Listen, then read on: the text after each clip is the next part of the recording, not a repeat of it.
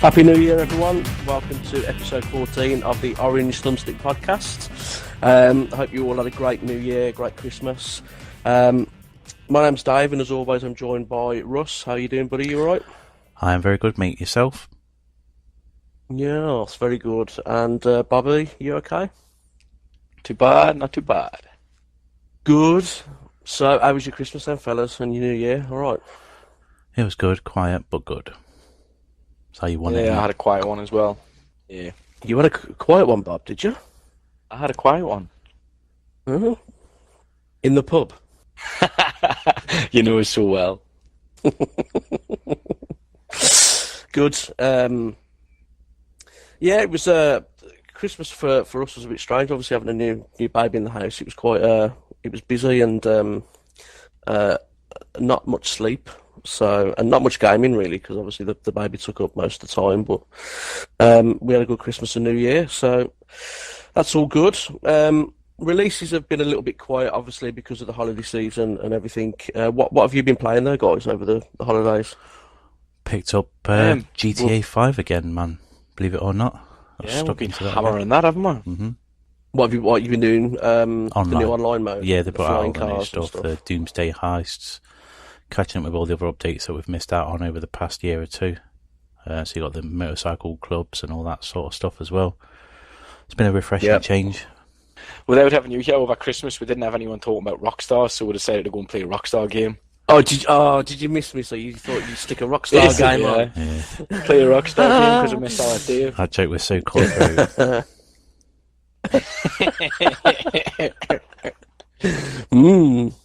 Don't worry, it'll fade. So, the last couple of days, last week I was kind of thinking about what the podcast could be about, and we normally have sort of topics, and we're going weekly now. It's kind of like I don't have a whole bunch of things to sort of put together. Now we're doing it weekly. There's going to be things, or almost as they're coming out, that we can talk about on the podcast. And the first one, which I'm bemused about, to be honest, is this whole World Health Organization saying that there is such thing now as gaming disorder. Have you guys had a chance to read any of the articles about this or anything? I'll let Russ go first on this one. Yeah, skimmed through some online news stories about it last night. BBC News Post, just to get the gist of what it was about. Then you sent me the actual article from the WHO site today, and I had a skim through that. Yeah. And I don't know, it just seems like another one of these, gaming's bad, let's bash it. You know, why is gaming an addiction? Why playing it for lengthy times is unhealthy? What about people that sit and watch box sets back to back on TV? There's no difference there. Yeah. If anything, you're more active with your brain playing a computer game because you're thinking. You're not just sitting there mindlessly staring at a TV. Yeah. And I think that's the kind of the impression that they've got from gaming as a whole. I mean, my view in this, I mean, they're relating it to disorder. They're relating it to some, health and mental health and everything. It's pretty serious. Yep. Let's be honest. Mental health, especially now, has become more sort of prominent because so many more people have suffered with like mental health and other things that haven't really been sort of documented before, and it's a really serious thing. So for them to bring this out and say that the gaming is a disorder, when you consider what gaming actually does for people with not only mental health issues but also people with restrictions, in terms of some disabilities they might have. We do Game Blast for special effects, and without special effect, I mean, those people under the special effect charity, they wouldn't be able to game if it wasn't for those guys. And gaming it's an escapism for them, of course, and it brings them joy and fun. So this ridiculous statement that they've made, that gaming is a disorder if it's played for too long, or it's just ridiculous. Why don't they look at how gaming helps people with certain conditions? Of course. I don't get it. Was there not a couple of years ago proof that gaming has also helped people not develop Alzheimer's?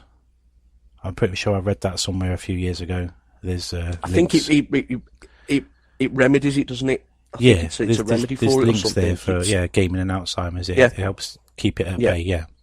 And like I say, things like mental health has become, more widely known now. It's because more people have come out about it, and it's serious. It really is serious, and I don't think they quite understand that gaming helps those kind of conditions.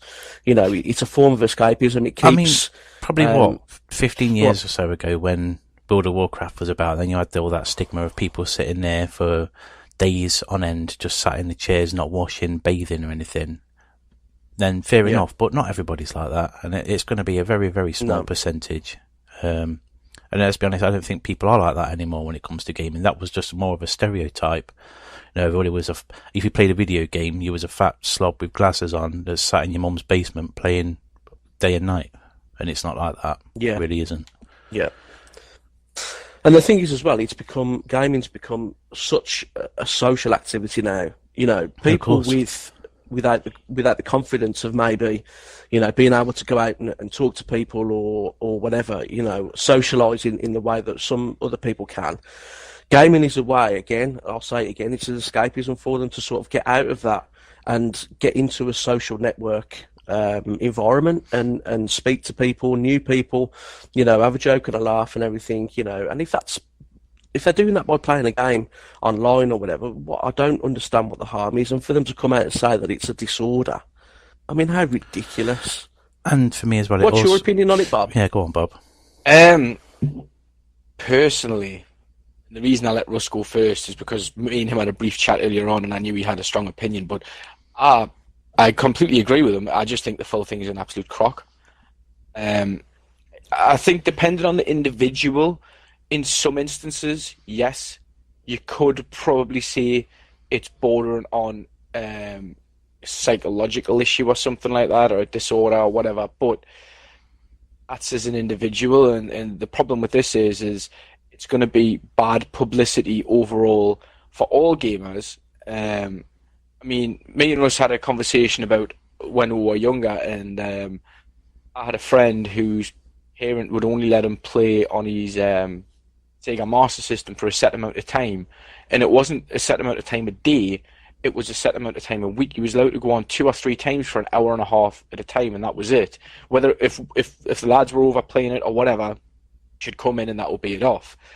And it was all because of the stigma of, oh, he's just going to sit and play games all the time. But I mean, at the time, we're like 10 and 11 years old, it was winter outside. Would you rather be out in the snow and in the cold? Do you know what I mean? Yeah. They've always got to have something, anything that's doing well in the world in regards to money, they've always got to have a negative in it, like a negative against it for the media. For instance, vaping had a massive negative, and then as soon as all the tax came in, BBC started advertising that it's actually healthy for you. After like 3 weeks earlier, they were saying how unhealthy it was, and they'd done the big scare of popcorn lung. And now with gaming, they're bringing out this disorder because I seen reports all of last year saying how it was a multi-million or multi-billion pound industry and it was doing fantastic, and now they're just doing the opposite and having digs at it, and it's just basically so they've got a story to sell in my eyes. And from things that I read online, from what Russ had read and he was telling us, it sounds like they've twisted it a little bit, because it's not just gaming that comes under this, it's like being on a device, so like being on your phone and social media. I mean, but that completely contradicts sorry to interrupt, Bob, but that completely contradicts then what they're trying to do in the schools, because schools are actively now in the curriculum promoting coding at school for various things, including games and apps. Yep. So for them to come out and go, oh yeah, it's it's this, it's that, it's technology in general. It's just, it's pissing me off. Because Did you not know that Minecraft, you can get a school version of Minecraft? Do you know that? You can get a what version? There's a school edition, basically. I don't know the exact name of it, but there's like a school edition where in primary schools they had it, and I know this because my cousin is a teacher at a primary school, and she said they got it in, because I don't know if you two know this either, but when I was a field service engineer and I was going to schools, iPads were everywhere. And I mean, all the kids had iPads given to them by the school, and they had this big rack thing that iPads would go in. It was on wheels, and they'd push it back to the IT room. And what my cousin said is, kids were getting Minecraft on the iPad or whatever tablet device they were using, or PC or whatever, and the teacher is basically like an admin and can set things they can do and can't do, and everything that they do, for instance, digging out blocks and building something, they can use that for maths. And they were using it for those capabilities, and you can, there's like, obviously you know with Minecraft there's different game modes you can play. I'm assuming they had one set up for educational purposes, but I learned about that about a year ago, maybe a little bit longer, but yeah, that's out there. So it just doesn't make sense if they're going to push it to kids from early years, because I mean, Jesus, when I was in primary school, I think I had a SNES, but it was later on in primary school. Me earlier as a primary school, I might have had a Game Boy or something, but I was more about going out and playing with my friends until like year 5, year 6 kind of thing. But if they're pushing that kids that young, what do they expect? People are that's just gonna become part of their life, and they can't turn afterwards to say that it's gonna be classed as a disability because they've pushed it. When I was in primary school, the most technological thing that we had was a calculator. Yeah. Yeah. Remember the old BBC, with inkwells on the discs? the old BBC 80085 desktop thing that we used to have as well. Them massive floppy discs, man. BBC, the keyboards the size of the Xbox One. Yeah. Going back to this though, the only way that this can be of any benefit is if it's used to combat this, loot box gambling thing. Because if anything, that was what I was going to get onto next year. That falls underneath this. Yep. So that's the only way it can be of any benefit to us as gamers. Rather than tarring us all with the same brush, they should have just gone for the throat again with the loot box thing. What concerns me more than anything else, more than this whole gaming disorder, it's too addictive, blah blah blah. What concerns me more is the amount of parents out there that let their 8-9-year-olds play Grand Theft Auto. Yeah. Surely that's a more serious subject. Of course it is. I mean, my eldest son is nearly 9. I'd never let him dream. I'd never dream of letting him play on any kind of game like that. He plays the Lego Marvel games and the Lego Dimensions and things like that. But I'd never ever dream of letting him play Grand Theft Auto. And yet you've got parents that will actively let their kids that are barely 10 years old drive around, run people over and whatever else. And, nothing's been done about that. So to release this, it's just crazy. Especially, as I said earlier, with what gaming does for people, especially people with, like I say, disabilities, mental health. Gaming helps remedy some of that, and they're not documenting that side of it, and that is what is frustrating me. It's just really, I've met a fair few people who can't kind of interact with people face to face very well. Russ, I'm not going to say any names, but you'll remember a gentleman that we used to play Grand Theft Auto 5 with a little while back, and he struggled to interact with people face to face, so therefore he doesn't really leave the house much. And he used to come on his Xbox and he would jump in parties with me and Russ. At the time, we had a big, massive group who were playing games, and he would sit and crack on, and that was like his version of like us three going to the pub and having a chat. Do you know what I mean? And that helped him, because if it wasn't for him getting his Xbox and coming on and playing with people, when it came to times where he had to go to doctors and things like that, he wouldn't really be able to speak to them, and it helped him. But like I say, the media just want to look at the negatives of everything. And it's the flavour. It's the flavour of the month at the minute, just like anxiety was for the majority of last year. It's the mental health flavour of the month, and they're going to push it and push it and push it. So, but you said it there, Bob. There are people that suffer terrible with anxiety and can't go out the house. So maybe gaming and social gaming online is a form of kind of them getting past that barrier almost, and that could be a massive step in taking some of that anxiety away, and it might make them think, actually, maybe I can do this, or maybe I can do that. So I just don't get us wrong, though. I really don't. Don't get us wrong. There will be people out there where it is basically a mental health issue because they're that addicted to it. But I think the figures wouldn't be very high. And I think it would be linked with something else rather than gaming, and gaming would be the release of it, if you know what I mean, and that's why they do it so much. I don't agree with that. I think that people, because all it's going to do now is get parents to say to the kids, right, you're not playing video games, which if they want their kids to go out and play in the park and stuff, that's fine. But don't take away from them the joys of, like, the three of us, we could sit here for hours talking about our memories from the SNES days, the Sega Master Systems, Dreamcast, and don't take that away from a kid, because to our grandparents that doesn't make sense, but to us it's just the way technology is as the times are growing. Yeah, it's just I just don't get it. I really don't. And you say that parents are just going to say to their kids, oh, you can't play this now, you can't play that. At the end of the day, and going back to the whole schooling thing with the coding, we're living in a technology world now. Everything is run by technology. That's how it's going. And I said to my wife, a few years ago now, that I think eventually schools will every child in a school will have a tablet of some sort that they will do work on. That it then documents it and uploads it to be marked onto an electronic system by the teacher. There won't be any more paper exams. Yeah, they do. Yeah. Mathletics, my son has to do, and things like that. Yep. Yeah. So it's the way it's moving forward. So to release statements saying that gaming is a disorder, technology is a disorder, it's ridiculous, because it's in the curriculum for our kids, and it's the way the future's going. So crazy. I just hope that someone steps forward and sort of argues this, and does something about it.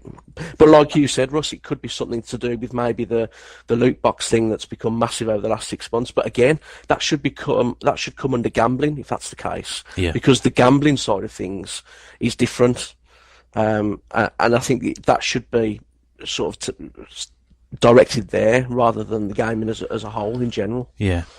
I mean, it's like I was trying to say earlier on, being addicted to a game to me is like, oh, wicked, I played Rocket League last night for the first time, I can't wait to play it again. But that's the same as Doris next door saying, oh, I'm loving EastEnders at the minute, I can't wait to watch it tomorrow night. It's the same thing, it's the exact same thing, Yeah. Oh, I'm getting as irate as you now, mate. How is Doris next door anyway? She okay? She snuffed it.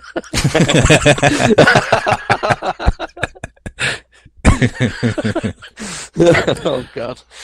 That was a quick shot back inside, wasn't it? Yeah, just a bit. Yeah. All right, steady on with the haircut references. Don't even start. Finally twigged. For everybody listening, I decided to become a barber, and I've done my training, and now I am a barber, and these two absolutely love having my life. There's got to have been at least 15 references over the past 20 minutes. Yeah, I'll be honest, I only heard the short back and sides one. I'm going to listen back now. As soon as it's uploaded, I'm listening back to it. Did you plan this? Did you? Did you? No, not at all. No. Quickly before we move on to the next bit of news, I wanted to ask you guys about PUBG, because I haven't had a chance to play it, obviously with having the new baby and everything. So I know you guys have played a lot. It's been getting a lot of stick. What do you think of it? I know it's game preview. Everyone's saying it's broken. I don't know why people are surprised at that. But I want your opinions on it. Not broken. It's just got a few issues. Game first preview. Doing it lag a little bit. It's not a finished game. But it's game preview. So it's not broken. It's finished on the PC, but it's not fantastic. finished on the Xbox. And there was somebody did a comparison video on it on YouTube the other day I was watching, and they're saying playing on the Xbox One X version of the game was only slightly different to their experience on the PC version. They were still seeing unrendered buildings when they was landing from jumping out of the plane on the PC as well as the Xbox, so he couldn't really point out a difference with it.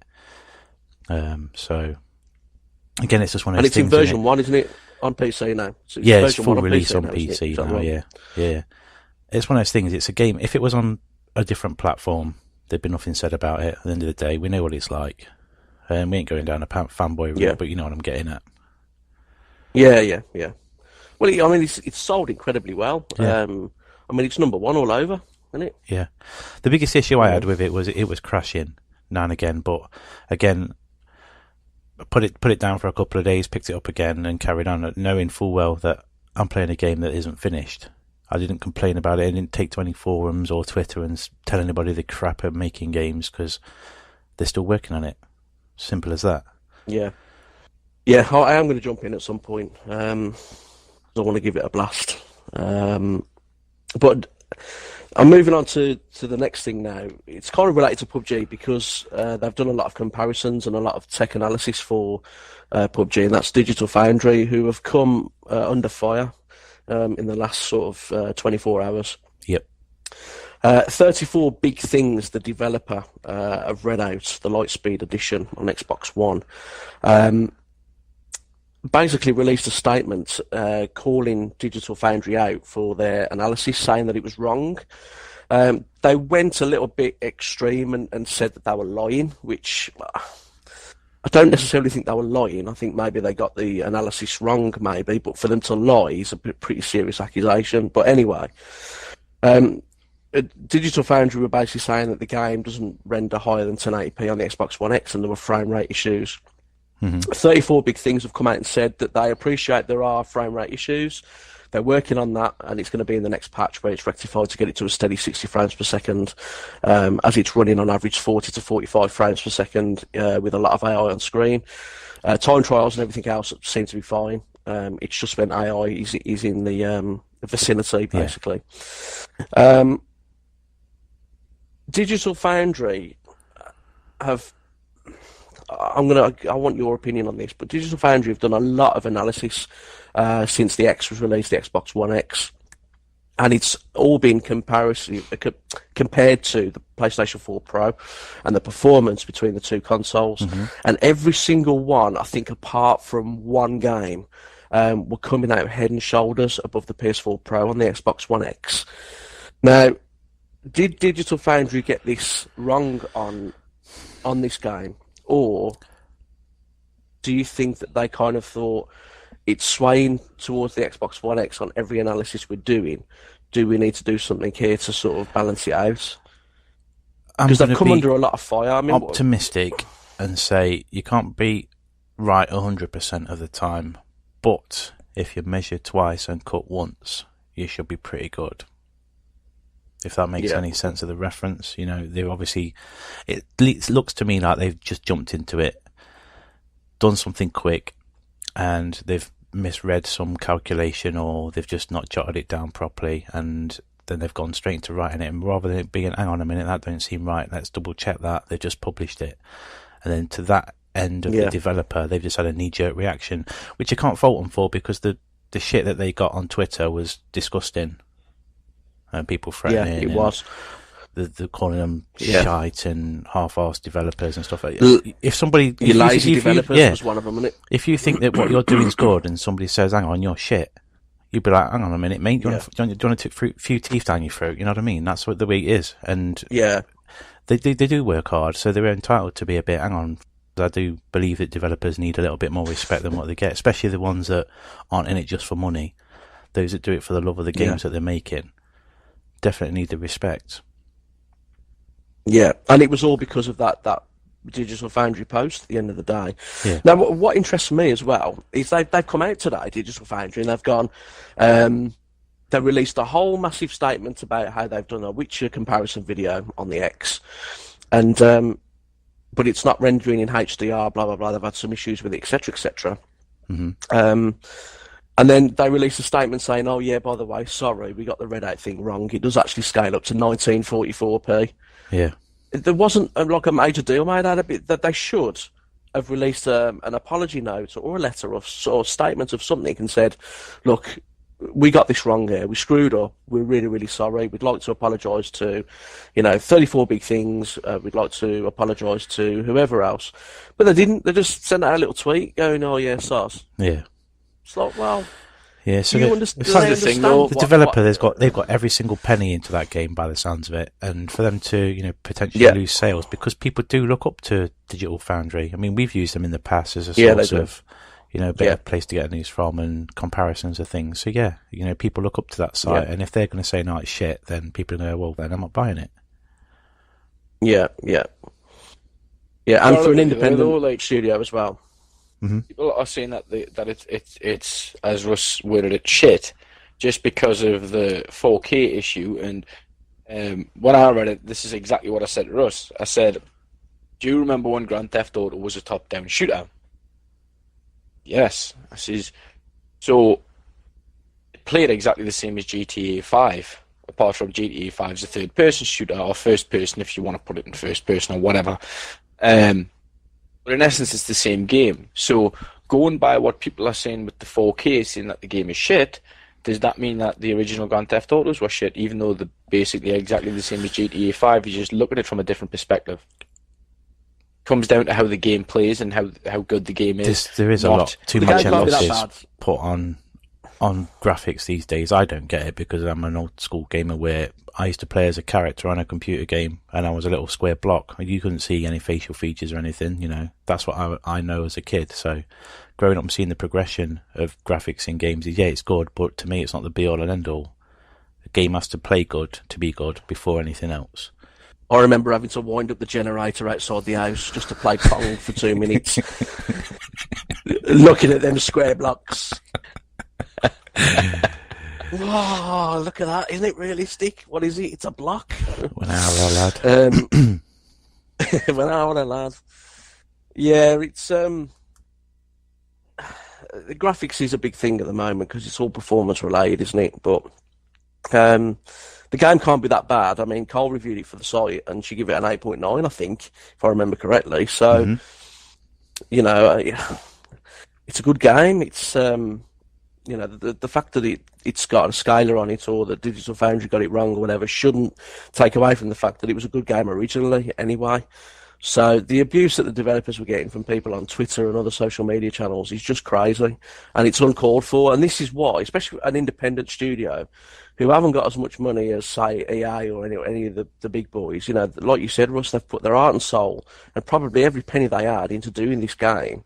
And then for some people to come out and go, oh, it's crap, what you're playing at, you're lazy, this, that and the other. They've probably devoted the last 4 years of their whole lives trying to do it with a team of about 5 people. So I just hope the Digital Foundry learn from this, and I hope they address it better as well. Yeah.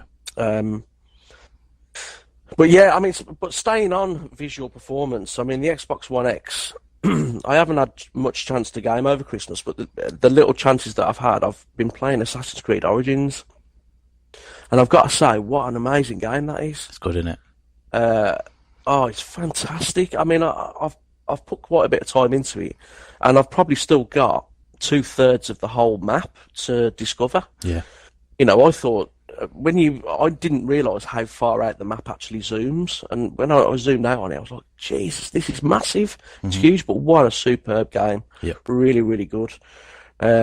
And The Witcher got its 4K patch as well, which I've checked out for about half an hour. You're praying for that on Twitter over Christmas and that. Oh, do you know what? I put it on. I said to my wife, I said, look, I've just got to go and check this thing out. I'll only be about half an hour. She was like, yeah, that's fine. I think we were about to go out, so I couldn't be long anyway. We were going out somewhere. I said, just give me half an hour before we go, so I can just check this out. She was like, yeah, fine, no problem. And I put it on, and I didn't want to go where we were going. I just wanted to carry on sort of like playing it because it looked amazing. Dave's addicted to gaming. Be careful. Yeah. Oh, yeah. But we're going to have to hold an intervention here. But it looks stunning. That what CD Projekt Red have done with that is just absolutely fantastic. And I mean, you guys know how much I love that game anyway, but now it's just... It looks phenomenal, but I had to turn it off because we had to go and see relatives. Obviously, with it being over the Christmas period, I couldn't choose The Witcher over seeing my relatives, unfortunately. But yeah, it looks really, really impressive. Okay, so I think we will wrap it up there, fellas. It is the start of the weekly shows, so anybody that's listening, we're not doing it monthly anymore. We are doing it weekly. So yeah, just make sure you subscribe on YouTube and on iTunes and Android if you're on there as well. Rush, do you want to go through the channels, just promoting the different ones on the website as well? Yep, so you can head over to the website to check out our news, reviews and giveaways. That's xboxgamerreviews.com. Follow us on Facebook, that is facebook.com/xboxgamerreviews, and on Twitter, twitter.com/xbox_gr. Also head over to our YouTube channel, which is youtube.com/Xbox Gamer Reviews comp to check out all our videos. Fantastic. Thanks everybody for listening, and we will catch you next week. And I think we are off to get a short back and sides, aren't we, Russ? Isn't Bobby doing them for free now? Yeah. He's doing it for free, isn't he? He is, yeah. Bob, we're on our way round. Get the clippers out, son. See ya. Catch everybody later. Ta-da. Ta-da. Ta-da.